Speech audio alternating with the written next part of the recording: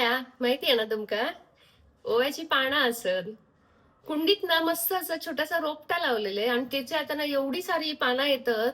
पण त्याची पानाची साईज जरा लहान असा, पण त्याची भजी एकदम भारी लागतात. आज म्हटला मस्त अशी ओव्याच्या पानांची भजी बनवूया आणि रेसिपी तुमच्या सोबत पण शेअर करूया. चला आज बघूया मस्त अशी ओव्याच्या पानांची भजी.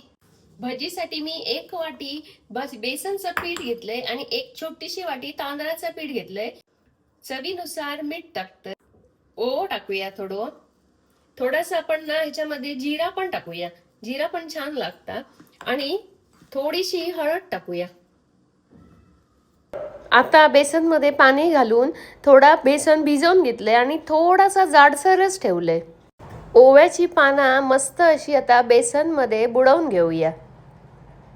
लोखंडाची कढई मस्त अशी गरम झाली आहे. आता आपण ओव्याची पानं मस्त अशी गरम तेलात सोडूया.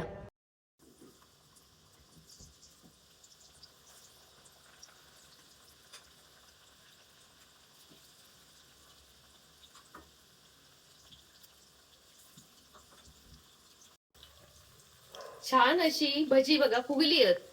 आता एकाला परतून घेऊया अशी आणि दोन्ही साईडने ना मस्त अशी भाजून घेऊया.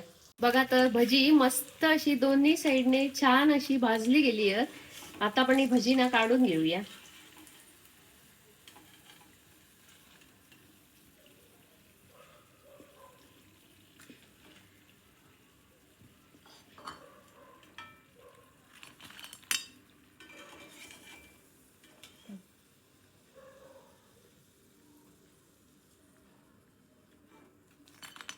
आपली मस्त अशी ओव्याच्या पानांची भजी रेडी असत.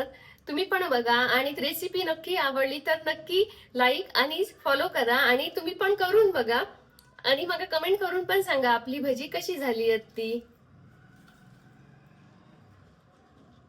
धन्यवाद.